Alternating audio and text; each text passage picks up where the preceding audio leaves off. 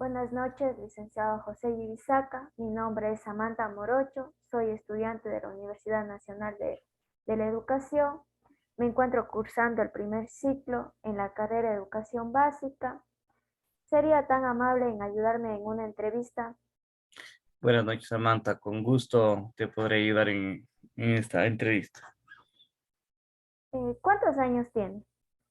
Yo tengo 30 años, ¿Cuánto tiempo lleva ejerciendo su profesión?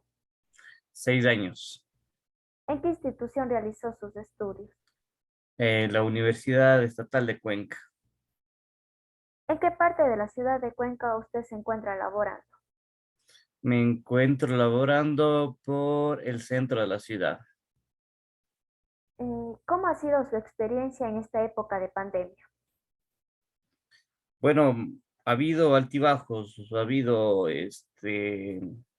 propuestas buenas, ha habido momentos malos, ha habido momentos excelentes en los que se tiene que aprender, se tiene que ver la situación desde varios puntos de vista, ¿no?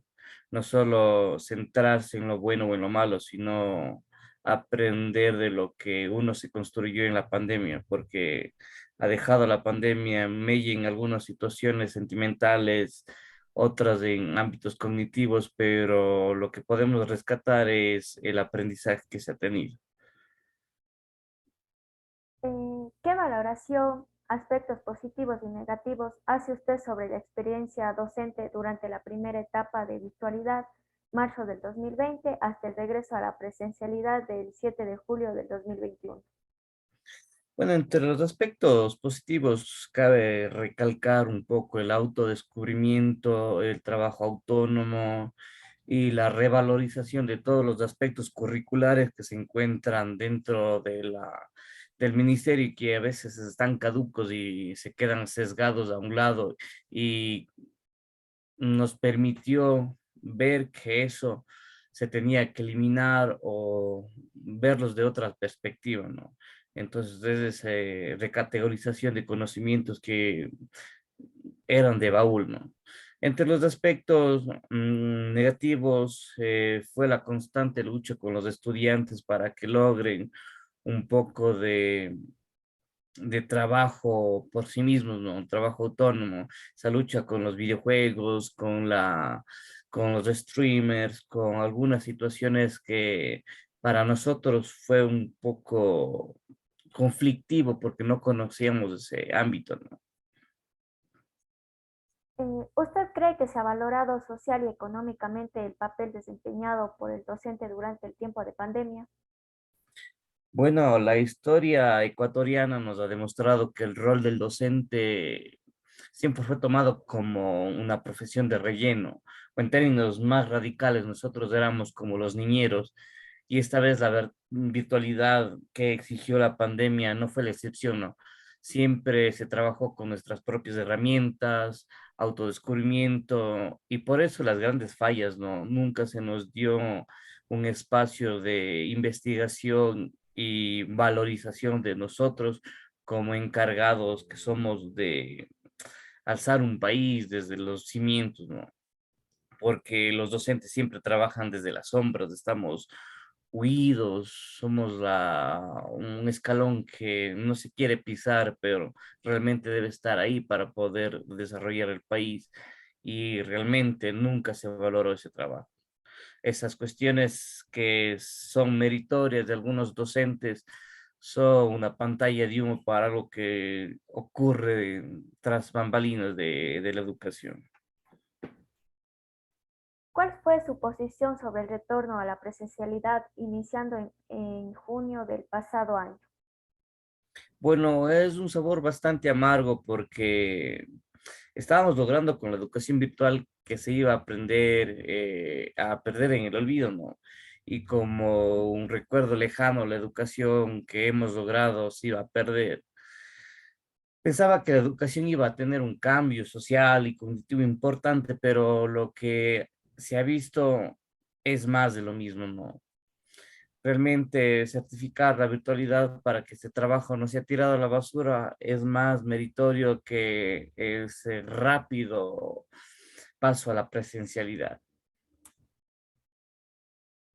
¿Cree que la medida tomada por el Ministerio de Educación fue una decisión apresurada en relación a los acontecimientos devenidos posteriormente por las nuevas variantes y por la ausencia de un plan alternativo? En realidad no conozco mucho sobre el estado actual de la pandemia. No sabría responder si las acciones son acertadas o erradas, pero no debemos negar que que los encargados de las tomas de decisiones no se enfrentan a cursos llenos por alumnos en espacios cerrados, ¿no? Estos en algún momento de la vida debemos salir, pero como entramos siendo mejores, debemos salir de la pandemia también siendo mejores, ¿no? Estando en contacto con nuestros sentimientos, emociones y lógicamente preocupados por el otro. Pero lamentablemente no salimos de así. Salimos como entramos de la pandemia. ¿Cree que la prisa por volver a la presencialidad es la demostración del fracaso de la modalidad virtual? Ahí tengo conflictos un poco con la pregunta. ¿La modalidad virtual es la mejor arma para llegar al conocimiento sin la necesidad de una infraestructura, docentes o de gobiernos cerrados? No, la virtualidad no fracasa jamás. Ella se nutre todos los días. Los que fracasamos somos los docentes, estudiantes, padres de familia y los distritos educativos. No importa quién falle más, esto fue un delito compartido. Huimos a la presencialidad porque jamás aprendimos de ese mundo virtual. Le tuvimos miedo y nos devoró. El Ministerio de Educación ha solicitado la opinión de los docentes sobre esta crisis educativa. Muchas veces. Creo que todo lo que ha hecho es preguntar sobre esta crisis, pero toda esa demagogia se queda en palabras, ¿no? En algunas cuestiones grises, en algunos documentos empolvados y no sirvieron para nada.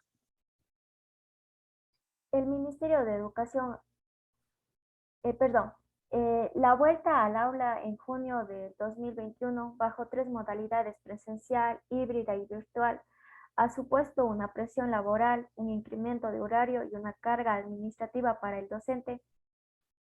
Bueno, cuando no se tienen las ideas claras de lo que se quiere, siempre el trabajo se triplica porque se inventa sobre la marcha y si eso no funciona, siempre se cambia.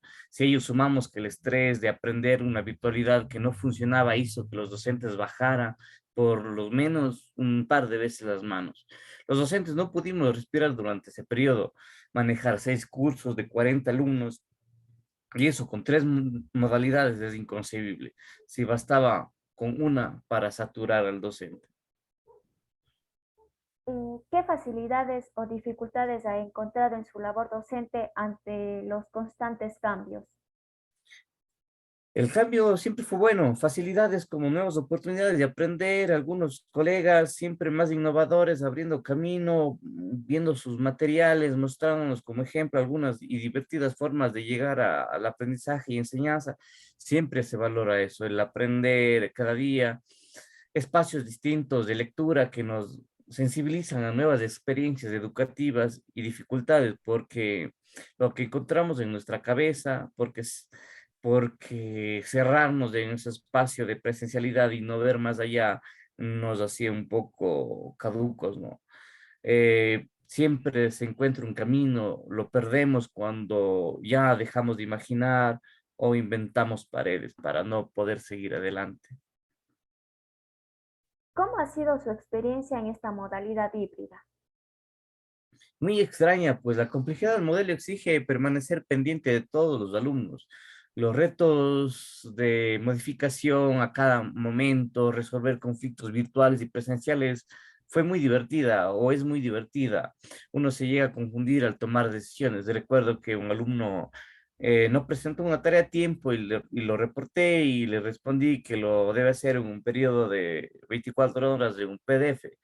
Y él me respondió, profe, estoy en la presencialidad y usted se me dio el cuaderno. Entonces, esas son como anécdotas que están intrincadas dentro de ese proceso híbrido. ¿Qué opina usted sobre el reinicio de las clases presenciales del pasado 24 de enero? Bueno, sin duda los más ansiosos eran los estudiantes por su necesidad social de converger en espacios con personas de su edad y sentir los afectos, ¿no? Esa magia que recorre el aula con los alumnos ahí presentes, gritando, es poderosa y recargó a muchos docentes en ese sentido. Los conocimientos que se estancaron pudieron esperar y pueden esperar. Las historias que se debieron contar durante el periodo de confinamiento no pueden esperar jamás. ¿Cuál es su valoración sobre la calidad educativa en tiempos de pandemia?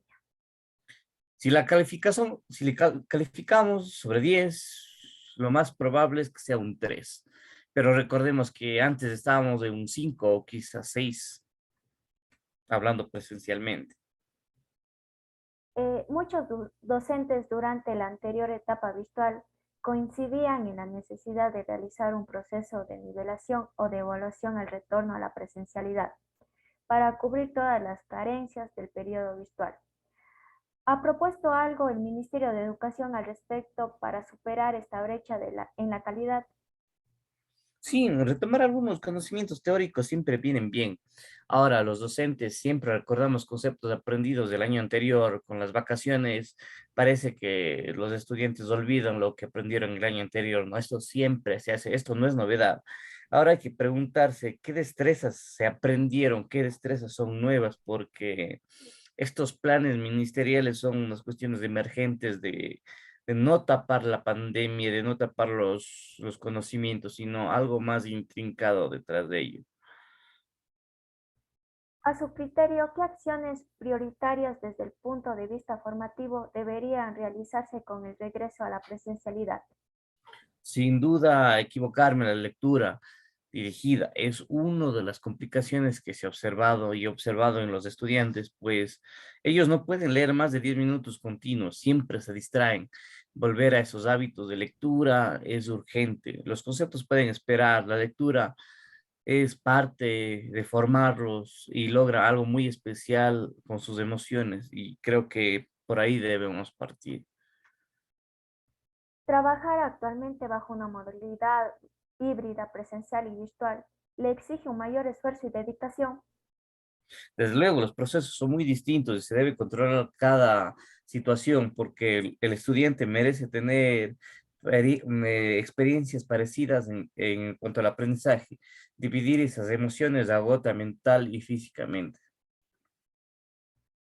¿Considera eficiente desde el punto de vista pedagógico atender simultáneamente dos espacios distintos, la presencialidad y virtualidad? Con más recursos, sí, poniendo a profesores dedicados a cada modelo, desde luego, pero un solo docente que realice esta cara es poco provechoso. Indiscutiblemente, un docente siempre tendrá a fin un modelo y el otro estará en ejecución. En definitiva, no solo es antipedagógico, sino es un sufrimiento innecesario tanto para profesores y estudiantes. La modalidad híbrida tiene afectaciones sobre la calidad educativa. Y muy graves, algunos contenidos se diferencian enormemente con la forma de acceder a ellos. Se debe tener un panorama claro sobre las necesidades educativas emergentes y repensar el currículum, porque ni el completo ni priorizado funcionan con estas nuevas modalidades. ¿Es posible que esta doble modalidad pueda establecer ritmos de aprendizajes diferenciados y por consiguiente una desigualdad educativa? Siempre existen desigualdades educativas. Es utópico pensar en que todos tengan la misma calidad en cuanto a la enseñanza, no. Pero esta doble modalidad hace más notorio esa diferencia. En el caso de los estudiantes por distintas situaciones no asisten de forma presencial a clases, ¿qué medidas o alternativas se tienen previstas para homogeneizar un mismo ritmo de aprendizaje y evitar que se consoliden tres velocidades distintas en el proceso formativo? Desde mi punto de vista es la confianza. No nos queda otra esperanza de confiar en que no deje a un lado su formación y continúan así así no esté en la presencialidad. Hay muchas posibilidades como controles dirigidos, bitácoras y un largo, etcétera. Pero si no confiamos que los estudiantes revisen sus contenidos, perdemos la batalla. Si no hay detrás de ellos una realización, no podemos hacer absolutamente nada. Todos los esfuerzos se caerían abajo en un abrir y cerrar de ojos. De acuerdo a su experiencia docente y a los cambios de modalidad, ¿considera que se ha afectado a la aptitud y rendimiento de los estudiantes? En cuanto a la aptitud, los estudiantes han diezmado un poco, pues no se ven los adolescentes con esa actitud rebelde por desafiar a la autoridad, que de algún modo buscaban o se movían o permanecían ellos en actividad. Ahora se les nota con una seria falta de voluntad. El rendimiento sigue siendo el mismo, motivación intrínseca y extrínseca van de la mano para mejorar un poco esta situación. ¿Cree que este curso académico será otro periodo perdido en la formación de los estudiantes? Nada se pierde, todo es aprendizaje. Si consideramos algo como perdido, entendemos mal la educación, pues esta siempre es solo un proceso inacabado en constante construcción. ¿Cuál es su opinión general sobre las políticas educativas implementadas por el Ministerio de Educación en este tiempo de pandemia? Bueno, el ministerio habló más sobre políticas enfocadas al bienestar emocional de los estudiantes, pero no previó que para muchos la escuela era su lugar feliz. Se gastó mucho recursos tratando de solventar problemas que estaban por encima de la piel y no atacaban al verdadero problema. Sus políticas y burocracias que implementaban medidas desesperadas por controlar la educación cambiante simplemente no funcionaron y se les fueron de la mano. Es decir, enfatizaban sus procesos y sus políticas en algo que no tenía sentido. Como consecuencia del cierre de las escuelas en marzo del 2020, se produjo el traslado a una modalidad virtual que el Ministerio de Educación intentó regular a través del plan educativo Aprendamos Juntos en Casa. En ese sentido, ¿cuál es su valoración sobre el mismo? ¿Qué incidencia ha tenido en el proceso de aprendizaje y en su desempeño como docente? Bueno, los padres de familia se percataron de algo muy interesante, más que el papel que generaban o el aprendizaje que generaban los docentes, daban pequeñas historias, ¿no? Como que a mí no me hace caso o no sé cómo tiene tanta paciencia. Pero eso no lo dio el gobierno, lo supieron en un instante los estudiantes y sus familiares. El plan Aprendamos Juntos en Casa fue una excusa para demostrar la ineptitud a la hora de tomar decisiones funcionales dentro del Ministerio de Educación. Eh, ¿Cuál es su valoración sobre los 5 ejes y las 20 acciones que ha propuesto el Ministerio de Educación y qué incidencia ha tenido? Es una propuesta muy deplorable, sesgada por el gobierno de turno para poner a la educación como ancla para que las personas simpaticen con el gobierno regente, ¿no?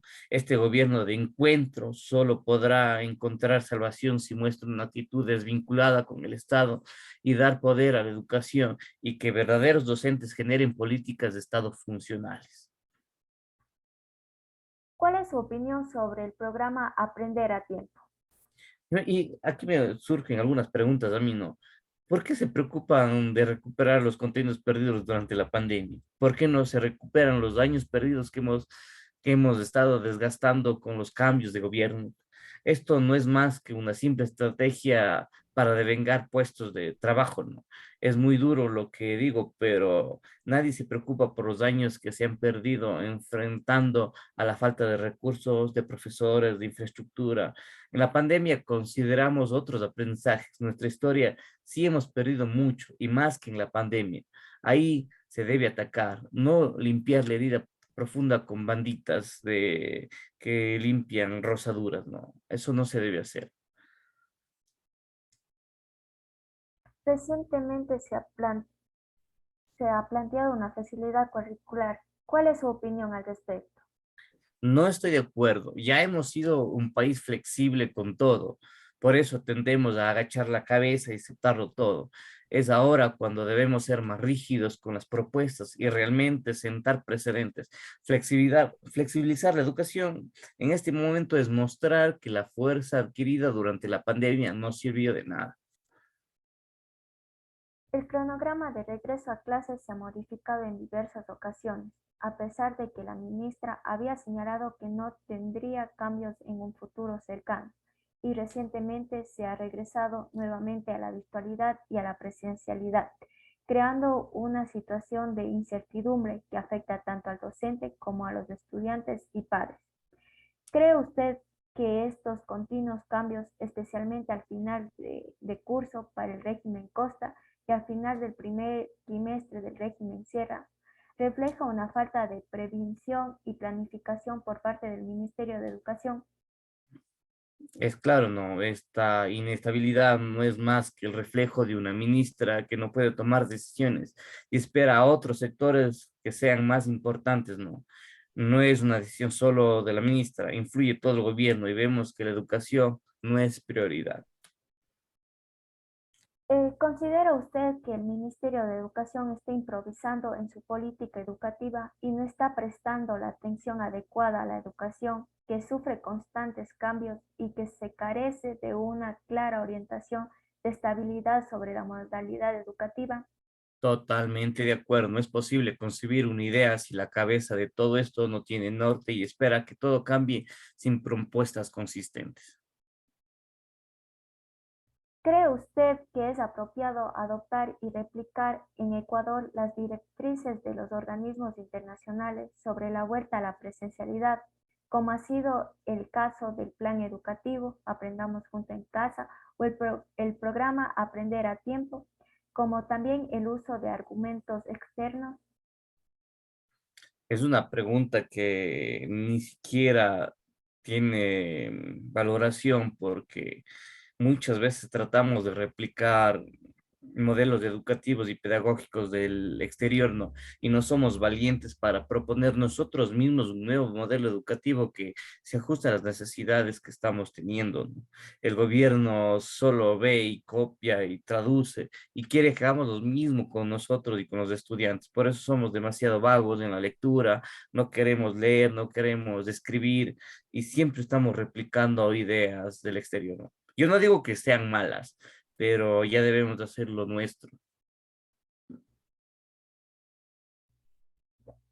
Según los datos del propio Ministerio de Educación, hasta noviembre del 2021, unos 150.000 alumnos han dejado de estudiar producto de la crisis ocasionada por la pandemia. ¿Ha activado el Ministerio de Educación alguna estrategia o dotación presupuestaria para evitar estas deserciones?